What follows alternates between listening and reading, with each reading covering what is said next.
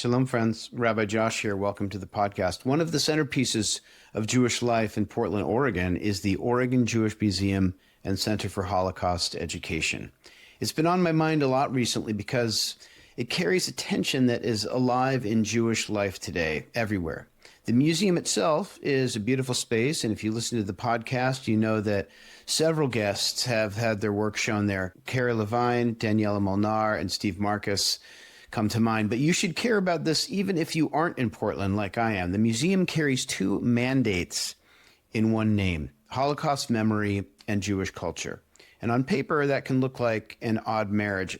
I keep coming back to the fact that both halves of the mission of the museum feel more urgent than they have in years. On one side, we're in the middle of a real renaissance in Jewish arts and culture, which we've talked about in this podcast. This podcast exists because of that energy. On the other, Holocaust denialism and anti-Semitism are riding a genuinely dangerous wave, and the survivors who used to carry those stories for us are no longer here to tell them. So I wanted to talk to someone who has spent a career thinking about how these two things, memory and creativity, grief and vitality, actually live together in one institution and really in one view of the world. Judy Margles ran the Oregon Jewish Museum and Center for Holocaust Education for decades, right through the 2014 merger that fused the Oregon Jewish Museum with the Oregon Holocaust Resource Center. Any great institution emerges from the work of lots of people and the generosity of a whole community, but everyone would agree that the museum could not be what it is today without Judy. She shaped that dual mission. She was there to build this gem of Portland Jewish culture. She was still there through October 7th and everything that's followed, and she's put a lot of thought into these issues that are on my mind. So I wanted her read on pluralism, on where Jewish culture actually comes from, and on what art owes or doesn't owe to a community still struggling to capture what it means to be Jewish in the 21st century. Enjoy my conversation with Judy Margles. Welcome to the podcast. Thanks, Josh. Good to be here. I am a fan of yours and because of the work that you have done and do, but also just because you're fun to talk to. So I'm thrilled that we're finally making it official. One of the reasons that I wanted to have you on the podcast at this moment is because the two parts of the museum's mission always seemed to me to be a little bit strange bedfellows for a single institution. Yeah. So for those who don't know, it's in the name. Sometimes people call it the Oregon Jewish Museum, but its real name is the Oregon Jewish Museum and Center for Holocaust Education. So you could say that it seems like there's these two different goals that are put together in one institution. In some ways, the stuff that you've been thinking about, that you dedicated a good chunk of your career to fostering in that institution, are so alive and important right now. This podcast and Art Lab comes out of a world in which the exploration of Jewish culture and creativity is having a kind of renaissance as an expression for Jewish identity and people's relationship to their own Judaism. And that's been I think that's a great boon to Jewish life, and it's happening in communities all over the country as artists and creatives of all sorts are bringing those energies into a curiosity about Yiddishkeit. And because for some people, the religious hat doesn't fit. Jews have different avenues. So that's very much alive in the world right now. And in a much darker way, Holocaust denialism and anti-Semitism and Jew hatred and bigotry of all sorts is riding this wave of this dangerous wave. And to make a very long question even longer, with those as the kind of cultural background at this moment, I thought, yeah, Judy's been thinking a lot about this. And I just wonder, maybe to start organizationally, and then we can maybe work our way out, Did those two pieces of the museum's mission fit awkwardly in your mind, or was there a natural pairing? No, it's a great question, and clearly one that was very much on our mind when we were thinking about the merger. So just to go back just a step, of course, I have been retired from Oregon Jewish Museum and Center for Holocaust Education since end of 2023. But certainly during my time there, I was there for the merger, which took place in 2014. And you know how ideas happen because they're good and important, and then you're left to figure it out? Yeah. That Yes, believe me. essentially is what happened. Long before 2014, if I may, we were, or at least I was coming to the recognition that this small Oregon Jewish Museum was missing the mark. And the mark was taking on the mantle of Holocaust education. The reason I was feeling it is because we were, even back in 2014, approaching a time where our survivors were no longer going to be there, and who would be telling these stories, right?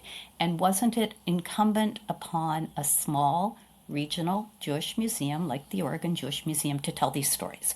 Because if we weren't telling them, who would be telling them? And the Oregon Holocaust Resource Center, which did already exist in Portland, it didn't have physical space to invite students in or invite adults in. It would do programming around the state or around the Pacific Northwest, but we didn't have the opportunity to do the educative work that I felt was becoming increasingly important. The idea of the merger came about, it happened, and then wait a minute, we have two legs of a three-legged stool. We have the Holocaust, we have Oregon Jewish history. How do we connect them? And that's, in my mind, it was the third leg of the stool, which came through cultural programming, that we had to find ways to connect. We had to not think of our survivors as merely survivors of the Holocaust, but their lives in Oregon, their lives as community members, their achievements here. Their whole story became very important to us. So I think that there are a number of ways that we were able to integrate our two poles so that we became relevant and necessary. And that third leg, which I said was cultural programming, perhaps more than that. And that third leg is through the lens of pluralism, right? That's really the way that we can connect our mission together. Just how would you define? So we're here all the time, but how would you define pluralism? In what sense does it bear on the work of the museum? It's just really important to think about how we have to think of the whole project. That we don't just want to isolate ourselves by talking only about Jewish history or about Holocaust history, that we have to understand that American Jews helped build American pluralism, right? This idea that we can think broadly, this idea that we can hold more than Jewish identity in our hearts, that we can hold other identities too, that to understand the story of Jewish resilience in this country or wherever, we have to see it in the context of others. It's a tricky equation, and it's become much trickier. And certainly, the last 5 years, I would say, of my tenure at the museum, which culminated in October 7th, it became trickier and trickier to hold this position. Do you think that the Jewish commitment to pluralism is in danger right now?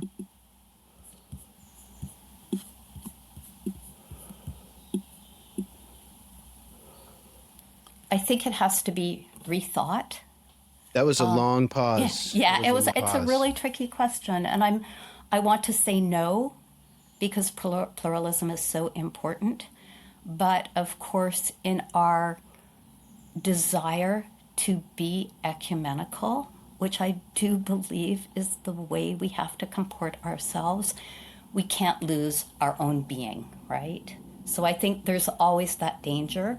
And as we've seen the aftermath of, we can use all sorts of points in time. We can use Tree of Life, we can use October 7th, but those are two hugely tragic and important events in recent memory that is our answer to become more reflective within ourselves, more restrictive, or are we meant to open it up and open our tent? I'm not going to You're not going I to have an answer. you're not going to try to solve this, but I think and October 7th has really raised this question, especially since from one perspective, Jewish people looking out into the world feel like there's a lot of hostility in the wake of October 7th. And of course, the natural reaction to that is to turn inward. But then the other challenge that we're beset with is it's no longer, I guess it never really was, but now more than ever, the question of pluralism within the Jewish community, intra-Jewish communal pluralism. How are you wrestling with what we're seeing within the fracturing, if that's the right word, of the Jewish communal coherence? I think we're in the middle of it, and I'm just going to be hopeful that we're going to come out at the right end. We are in a time where we can move to total despair. I don't think we can be necessarily 100% hopeful today about anything, but if we don't hold out that hope, I think we just have to keep, it's so corny, but we have to just keep our ears on. We have to understand that that Jews are struggling. This is a conversation that has been ongoing either in my household or in my life and in all our lives, the difficulty of being Jewish. It's very difficult to be Jewish in 2026, but I would venture it was difficult to be Jewish the year I was born in 1956, right? Right. Being Jewish by nature, by its definition, is not easy. Being Jewish means you're always going to be with people who disagree vociferously in some cases. I think we have to embrace that. But I also think we're in a messy time. Yeah, we are in a messy time. After October 7th, I was with a group of friends. It was probably December, and we were all Jewish. I think most of us had sent our kids to the Jewish Day School, the wonderful Portland Jewish Academy. And one of us said abashedly, "So my child is going to the Gaza rallies." And very quickly, we went around the room, and every single one of us had a child attending those rallies. And we all scratched our heads, and we said, it was early, December of 2023, right? So it's still early, but we scratched our heads and we said, are we proud of our children? Did we do something right? And we all agreed we did. We did. Yeah. Even though at that time we might have had misgivings about what they were doing, we were very proud of them because they were taking a stand. They were paying attention to the issues and they were responding.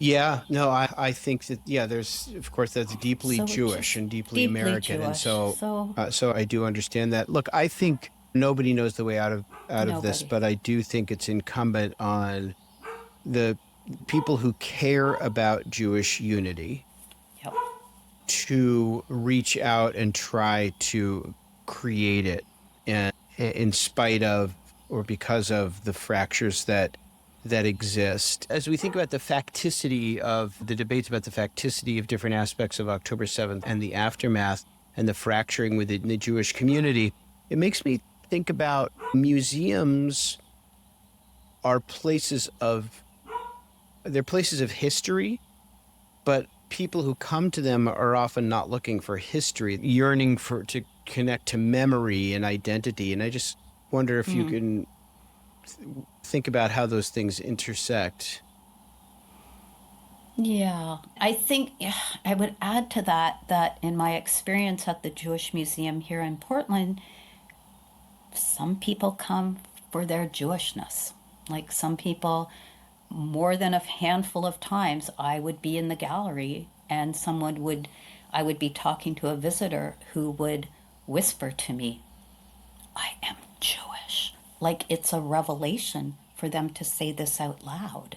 So, Really? yes. And that was, and also I know that sometimes more than once someone would come in and would become a member and then would tell me they joined a synagogue, that this was for them their entryway into living a more Jewish life, which is extraordinary.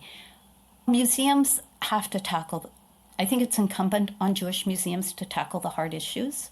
And I would like to think that our museum does that. We were able, through the lens of the Holocaust, to create this exhibition about human rights after the Holocaust, which opened in June of 2023, right? So I think there are all sorts of ways that people come into the Jewish Museum.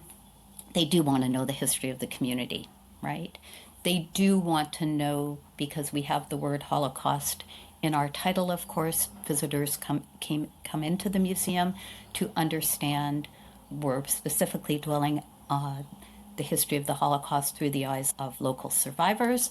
They're able to get that. We also, the third leg, this pluralistic opportunity, is for visitors to understand the history of discrimination in this state.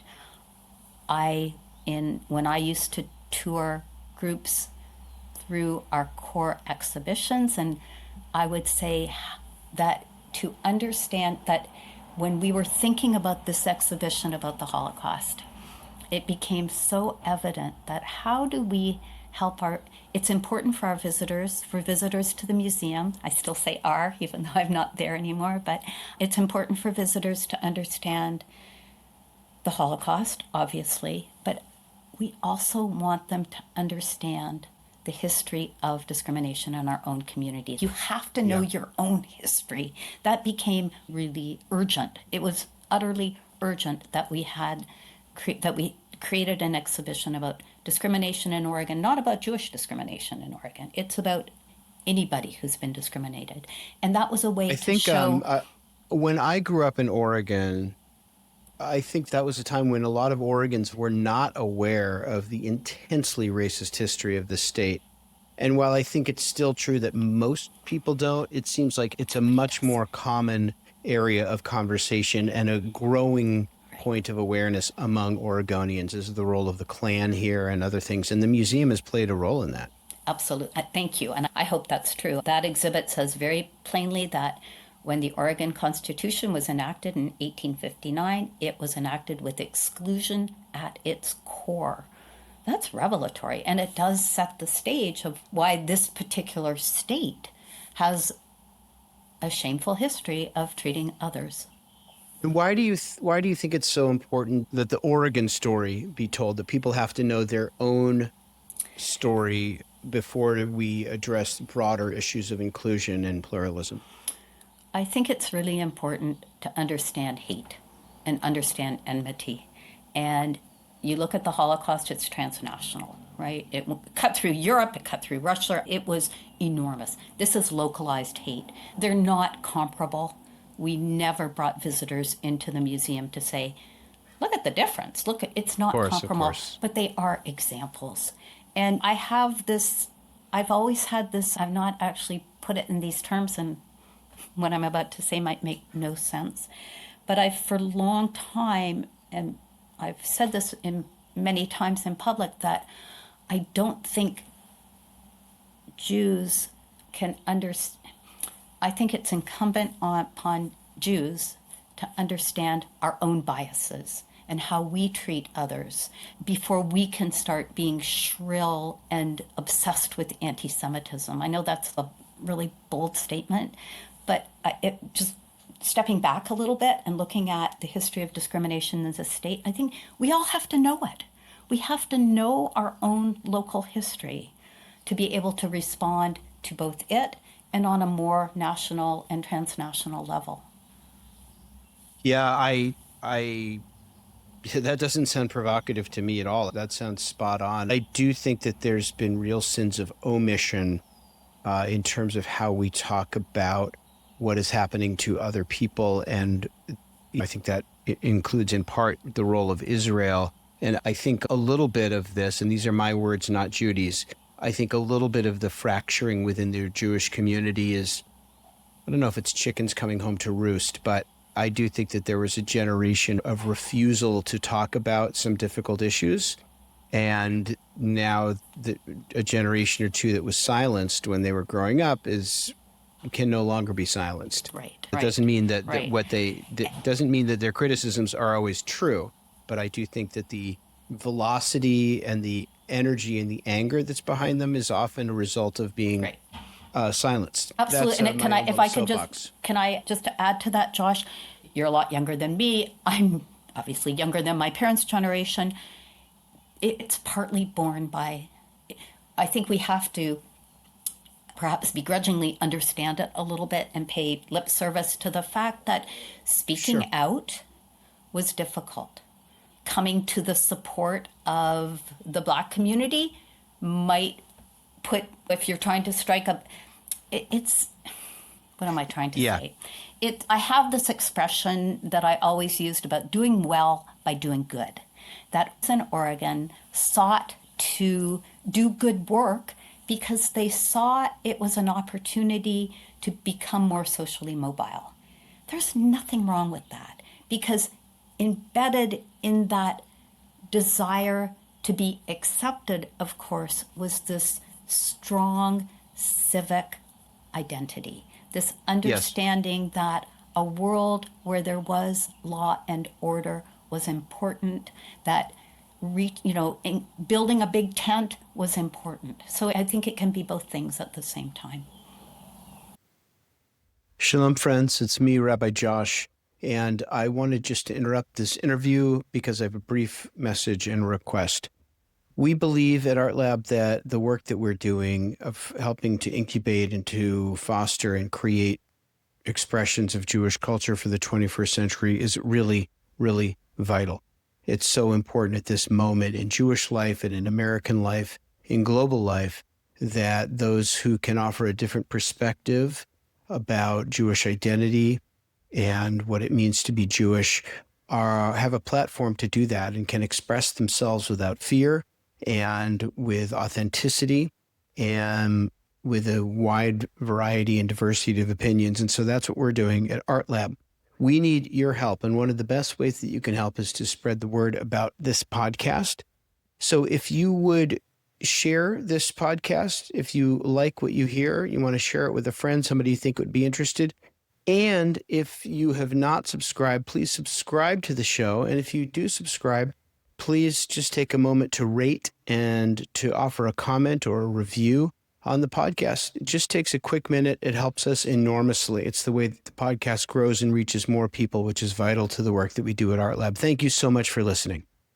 So, Judy, maybe you can talk about where do we see some of these tensions and cross tensions and frictions emerging within the world of arts and culture as you see it? The most immediate example is what took place at the Venice Biennale, if you were aware of that they tried to close down the Israel Pavilion, right? And they tried to stop the giving of prizes, the whole BDS movement. These are remarkably pedestal-like obstacles to a Jewish life. There are the most protesty kinds of work going on. There's this is a very practical insight, but the problem of the movement of art. The war has prevented art. I saw the exhibit at the Jewish Museum in New York in April of Paul Klee, and the most famous painting, the cornerstone of the exhibit, which was coming from the Israel Museum, wasn't there because of the war. I do believe it has now come. I think I read they did get it. Simply because that Klee piece was in the Israel Museum? Yeah. Wow. Yep. Wow. I think, and also by the way, there's also it's such a state of confusion. I don't remember his name, but the Israeli director who made a film very recently, that's been just a steely gaze into the injustices within Israel. Absolutely. He's being silenced just because he's an Israeli, even though the message of the film very much resonates with Israel's critics. Exactly. So yes, the reaction on the part of audiences to what is taking place, either in Jewish museums or Jewish arts and culture environments is very difficult, very difficult. I was just reading, I haven't seen the exhibit, but I was struck that let me back up a little bit. What I think is so exciting in the world of Jewish arts and culture, and shout out to Art Lab. I saw the work of the current cohort, and it is breathtaking. So exciting, so inventive. Jewish arts and culture right now is really inventive. And a shout out for our Jewish museums too, Jewish museums rely on funding from private philanthropy by and large, right? So they're in that sort of middle ground of how do you stay on message? How do you share values and be open to everyone, right? I was struck, I think I just read yesterday about an exhibit at the Jewish Museum in New York again, the German philosopher Walter Benjamin, and they've put together an exhibit of photographs that chart the trajectory of photography during Benjamin's life and photographs that he was aware of. And so Walter Benjamin, of course, was a Jewish German philosopher, left Germany, escaped from Germany during the war. As he was crossing the Pyrenees, he realized that he wasn't going to make it and chose to die by suicide, right? The idea that this was an entry point for the Jewish Museum is fascinating. So interesting. And I wonder, because the photographs from the collection, I wonder, they're coming from the Israel Museum. Will there be protests? I don't know. Everything we do now, we have to think who and how are people going to respond? Is this going to put are these kinds of exhibits putting our institutions in danger? There's not a lot of wiggle room right now. Listen, you mentioned the Jewish funders, and I would just say, I know I'm preaching to the choir here, and the purpose of this podcast is not to make fundraising pitches, and this is not one. However, I will say that I think Jewish philanthropists who are looking to support Jewish culture and to make a profound contribution to the world right now, I think the world of Jewish arts and culture is such an important place that is in such need of funding. And we need it not just because, you want to support Jewish people at this difficult time. There's synagogues, there's all kinds of other needs we have. But the cultural discourse around Israel and anti-Semitism and Jewish identity is being so purely and complexly and with such nuance being expressed in ways that Jewish artists Absolutely. and institutions that are supporting them are doing such important work. And it is perhaps more important now than it's been in a very long time. And I think that Jewish funders have not yet awoken to the opportunity to support this work, but it's vitally important. So Steve, my husband, his line is, I'm Jewish and I'm in mourning. I think we're all in mourning. And I think your point is that Jewish arts and culture is one way to express that, right? We can express it through grief, we can express it through tragedy, we can express it through joy, we can express it through the stories of our survivors, we can express it through the stories of children. We can do all sorts of things with Jewish arts and culture to achieve the zeitgeist of the moment in ways that other expressions can't. So yes, Jewish arts and culture, it is the right thing to.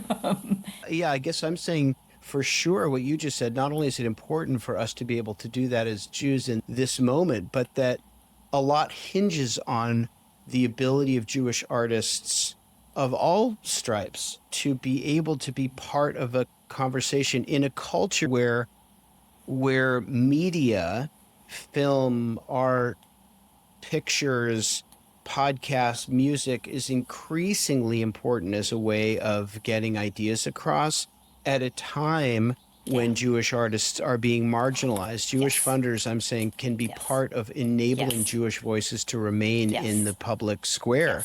And it's just that Jewish arts and culture is the center of the Jewish world. And I'm sorry to rabbis and synagogues, but I do believe it, and I've believed it for a long time. And It's always going to be there, and it will survive. And that's where the hope is. So yes, we're struggling funding wise, but oh my gosh, we made it through depressions before. We made it through COVID. There was all this fear that Jewish museums were going to close around the country. I think maybe 1 or 2 museums ended up closing, and not necessarily because of COVID. Okay, I just had to say that. This is going to seem like it's out of left field, but this is something I think about a lot on this podcast. Where does Jewish culture come from? And why are you so sure that it's at the center? And how does it become regenerated? And this is a question I've asked several podcasts, and I've asked several guests this question, and it sounds very abstract, but let me tell you where it comes from. I have a bias in how I read the relationship between Jewish religion and Jewish culture. And that is that the Philip Roths of the world and the Arthur Millers of the world, who were by no means religious people, they were able to do what they did because there was such a profound history of Jewish enculturation in them. And my question is, as people become more and more removed, as Jewish people become more and more removed from that profound enculturation in a homogenized society, heterogeneous society, how do we know that Jewish culture will continue to be in the center, as you said?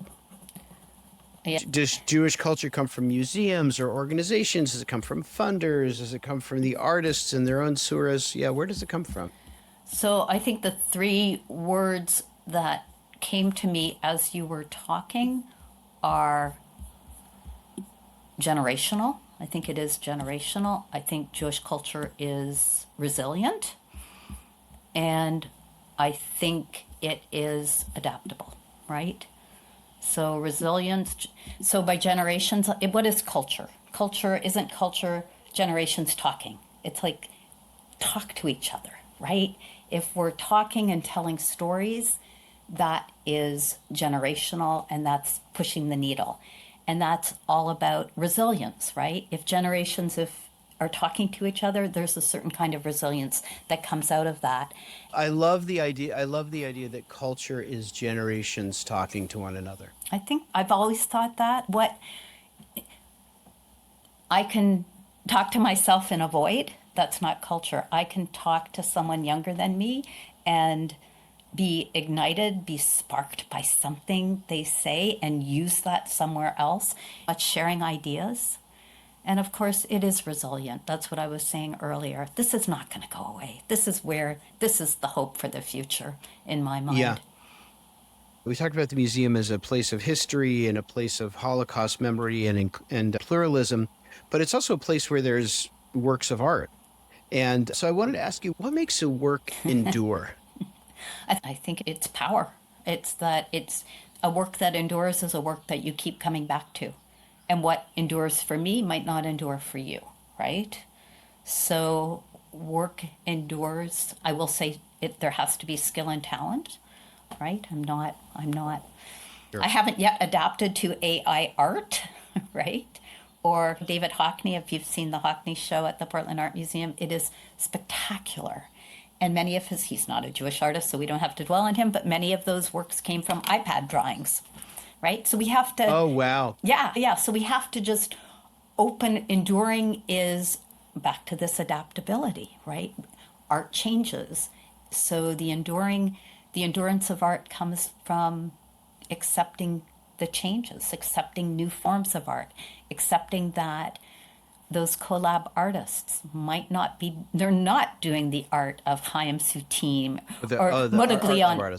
Of Modigliani, right, in the 20th century, right? They are doing new forms of art. I guess its endurance is change and mobility. Maybe its ability to speak across those generations or to resonate across those generations. I'm going to be thinking about that definition of culture that you offered. What do you think are there things that over your years or just now you've wished that artists understood about museums or that museums better understood about artists?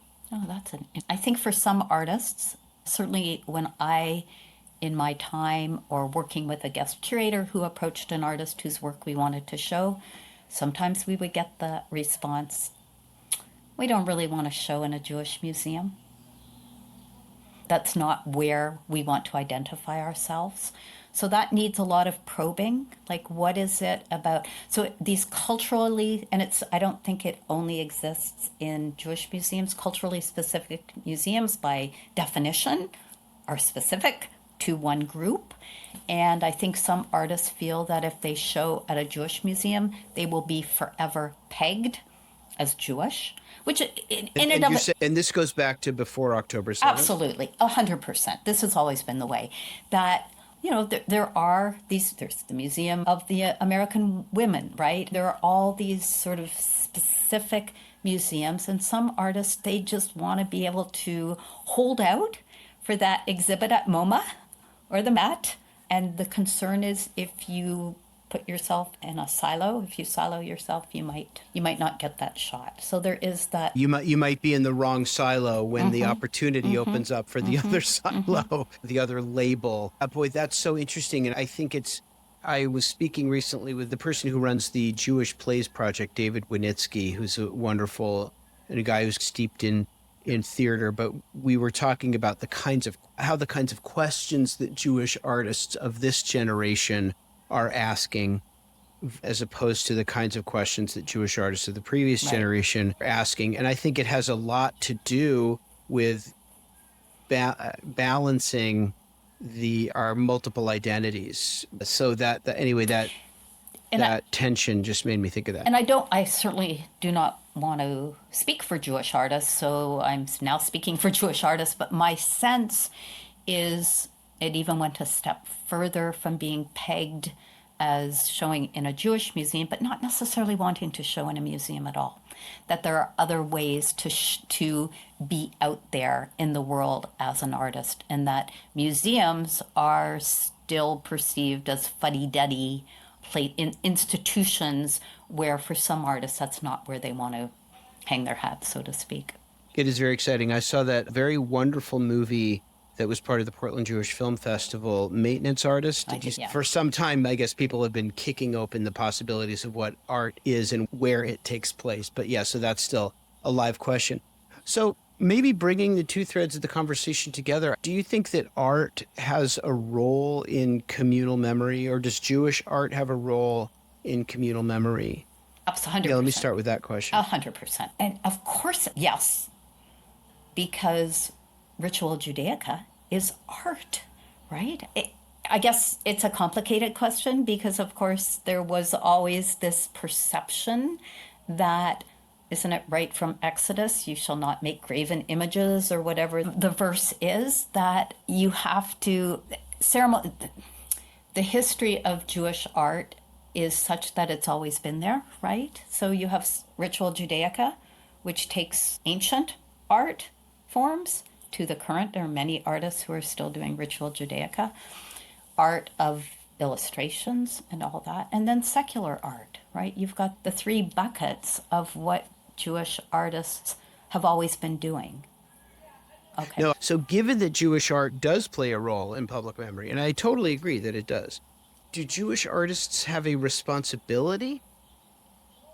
I would not want to give artists that responsibility. Art is in the eyes of the beholder, if you will. So it's up to us to make of it what we will. I'm looking at, they're right here because I have to polish them. I'm looking at my mother's Shabbat candlesticks that came from her mother, that came from Russia, right?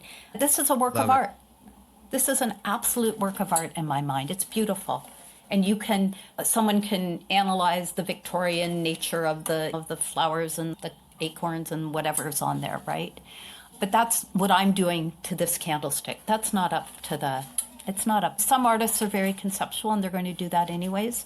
But no, I think it's up to us. That's where the endurance comes, the interpretation. Right. And then the responsibility, therefore, is not on the artist. It's on the broader Jewish community. Correct. To open itself to the multifaceted expressions of Jewish creativity. And I would how to think. I would like to think that's the role of the curator, particularly in a museum, right?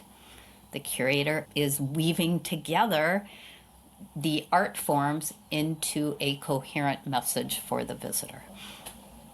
That's really interesting.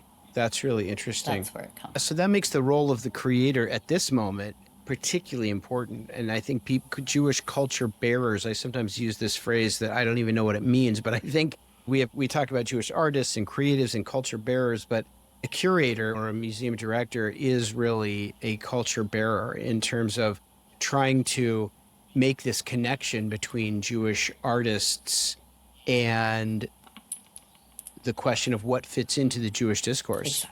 Exactly. And the visitor, right? And someone who's the audience is soaking it in. Yep.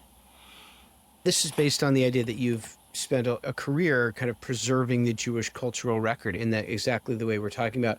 If you were speaking directly to Jewish artists, what do you want for Jewish artists to be doing right now so that future generations can look back and have a peek into our moment? I'm not sure it's my job to answer that question. The reason I'm saying I'm probably don't have any answer for that question is perhaps it's my overall reverence for artists, my utter love and respect that I want it to come from the artist. And an artist might create work. Artists create work. We all look at artwork and we go, ugh, move on, right? What resonates for me might not resonate for you. So I don't think it's up to us to tell artists what they should be delivering, right? Does that make sense? Except something that comes from their heart. Exactly. Maybe that's what it is. Some artists are nothing is going to come from their heart. They're very conceptual. They're just going to it's much more cerebral. Think of art. Yeah. We did a show of the artist R.B. Kittai. I don't know if you saw that in 2018. It was an amazing show. He's one of the first post-war artists to really create a distinctive Jewish art. It was so in the head, and visitors could not respond to it, except when they were toured through. I did a lot of tours.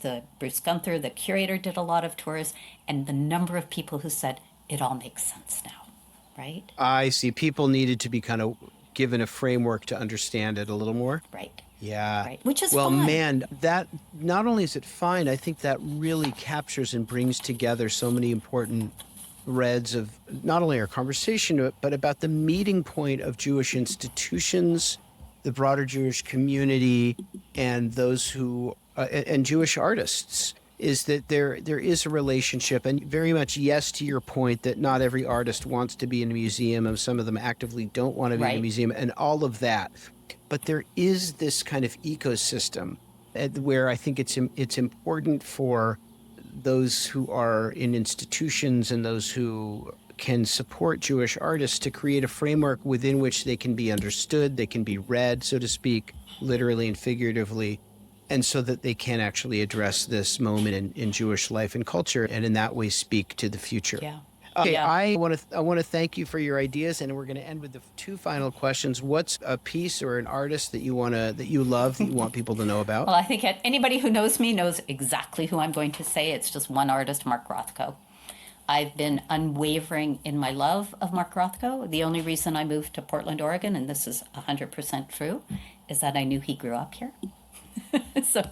Wow. What do you love about Rothko? Usually these are just kind of quick one-off questions, but I also love Rothko, but I often wonder whether there's more to him that I'm not seeing. He just expresses tragedy and rapture all in one painting. There's something, for me, he moves me to pieces that one artist can beautifully render or grapple with questions, right? Questions that his work isn't overtly Jewish at all, right? You're not seeing anything Jewish, but for me, his work, it grapples with questions that are deeply rooted in Jewish experience. You've got it all. You've got exile, you've got memory, you've got spirituality, suffering, searching for meaning, right?